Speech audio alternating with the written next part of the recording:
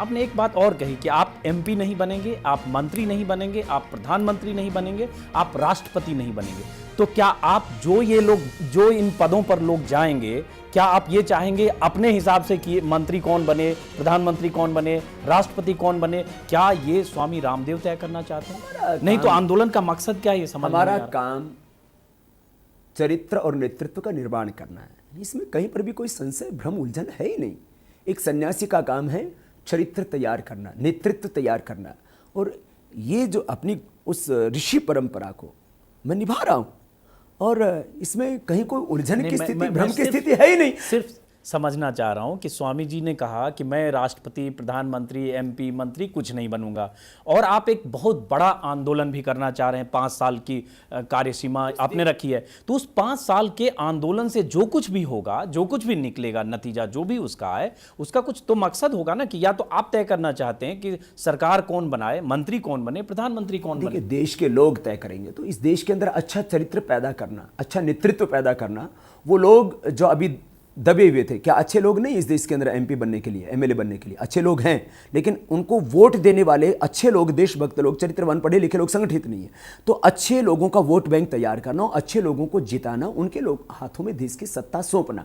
कुछ तो अच्छे लोगों के बारे में स्वामी जी बताइए कि अच्छे लोग कौन लोग हैं जो आपको लगता है, थोड़ा जानकारी के लिए, ये अच्छे लोग कौन लोग हैं जो अच्छे आपको लोग लगता है? हमारे यहाँ ब्यूरोक्रेसी में भी हैं, अच्छे लोग हमारे यहाँ पर पत्रकारिता के क्षेत्र में भी हैं, अच्छे लोग हमारे यहाँ पर व्यापार में भी हैं, अच्छे लोग हमारे यहाँ पर सामाजिक क्षेत्र में जो लोग वर्षों से साधना कर रहे हैं, निस्वार्थ भाव से सेवा कर रहे हैं, वहाँ पर भी हैं। अच्छे लोगों की कमी कहीं पर बनी, अच्छे डॉक्टर्स हैं, अच्छे साइंटिस्ट हैं, वो इतने लोग हैं, उनकी जो है मैं गणना जो है ये अंकों में नहीं कर सकता। तो ये तमाम अच्छे लोगों को निकालकर, जुटाकर आप उनको सत्ता में भागीदारी दिलवाना चाहते हैं 2014 हमारा में। काम ये है कि जैसे मेरे भाई दही में मक्खन तो है, मथना उसको और उसका मक्खन निकाल देना। अब मक्खन को जो भी खाएगा उसको अच्छी सेहत मिलेगी, सीधी सीधी बात है। तो लोगों को पता चलेगा कि आप मक्खन निकाल कर खिला सकते हैं। बहुत लोग आपके पास टूट पड़ेंगे कि स्वामी जी हमारी मदद करिए 2014 के लिए। देखिए, किसी राजनीतिक पार्टी का विरोध करना जब मेरा मकसद नहीं है, तो किसी राजनीतिक पार्टी को समर्थन देना भी हमें कतई मंजूर नहीं है। अच्छा, ये मान लिया जाए, आप जो कह रहे हैं किसी भी राजनीतिक पार्टी का विरोध करना, किसी भी पार्टी का समर्थन करना आपका मकसद नहीं है। 2014 में भी जब चुनाव होगा तो किसी राजनीतिक पार्टी को आप समर्थन नहीं देंगे, किसी भी राजनीतिक पार्टी का विरोध नहीं करेंगे। राजनीतिक पार्टी का नहीं, लेकिन गलत विचारधारा, गलत चरित्र का। मैंने कहा ना, हमारा विरोध व्यक्ति का नहीं है, किसी पार्टी का नहीं। उस पार्टी में भी अच्छे लोग हैं, जितनी भी पार्टियां बनी हुई हैं, नहीं तो उन पार्टियों का अस्तित्व ही खत्म हो जाता।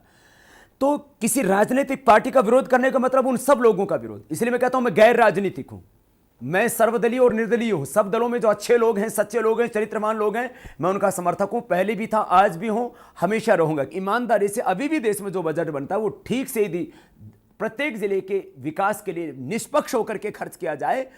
ये नहीं हो रहा, इसीलिए देश के अंदर करीब 300 जिले हिंसा आतंक से ग्रस्त है, नक्सली घटनाएं वहां पर हो रही है। तो 4 करोड़ रुपए प्रत्येक जिले को प्रत्येक वर्ष मिल सकता है विकास के लिए, और 1 महीने में एक जिले का विकास हो सकता है। 2-4 दिन में वहां सड़क बन जाएंगी, 5-7 दिन में एक जिले में एक विश्वविद्यालय बन जाएगा, विद्यालय बन जाएगा। और यदि ईमानदारी से काम हो, 1000 करोड़ रुपए एक जिले को मिलेगा, उससे एक बहुत बड़ा उद्योग वहां पर खड़ा हो जाएगा। बेरोजगारी नहीं रहेगी लोगों, जब बेरोजगारी नहीं रहेगी तो गरीबी, भूख और अभाव नहीं रहेगा। तो ये मैंने पूरा का पूरा जो चिंतन है वो इस बात के लिए है कि देश के आम आदमी को न्याय मिलना चाहिए, उसका शासन के नाम पर शोषण नहीं होना चाहिए। आपने जितनी बातें बजट को लेकर, आर्थिक तरक्की को लेकर, सड़क, पानी, बिजली को लेकर सारी बातें कह दी, सबका आपके पास समाधान है कि कैसे कैसे हो सकता है। तो लगता है एक बार मनमोहन सिंह, पी चिदम्बरम, प्रणब मुखर्जी, मोंटेक सिंह अहलूवालिया आपके साथ 2 घंटे 4 घंटे बैठ लें, या 2-4 दिन तो सारे रास्ते निकल जाएंगे। फिर अभी तो सरकार नहीं बनने वाली है, और यदि नई सरकार जैसा हम देश बनाना चाहते हैं, और जिस देश के सपने मैं नहीं, देश के करोड़ों देशभक्त, ईमानदार, चरित्रवान लोग अपने हृदय में संजोए हुए, उन सपनों के अनुरूप यदि देश के लोग, सरकारें काम करने लग जाए, फिर तो कोई आपत्ति नहीं है। फिर तो हम अपना केवल चरित्र निर्माण का काम और जो है आरोग्य का काम ही करेंगे, फिर हम नेतृत्व निर्माण की बात नहीं सोचेंगे। काश यदि ऐसा हो जाए तो बहुत अच्छी बात है।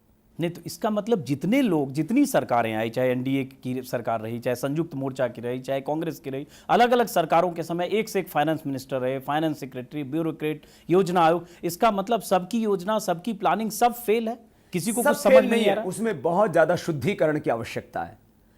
और इस बार तो मुझे लगता है और ज्यादा शुद्धिकरण की जरूरत पड़ेगी, क्योंकि इस बार की संसद में सबसे ज्यादा खरीद फरोख्त होने वाली है। इसलिए मैंने कहा था कि ये हमारा आंदोलन चुनाव तक नहीं है, चुनाव तक तो हम इसको स्वर दे ही रहे हैं, लेकिन चुनाव के बाद शायद सड़कों पर और संसद तक भी यदि हमें आंदोलन करना पड़ा तो हम नहीं हिचकिचाएंगे किसी भी कीमत पर।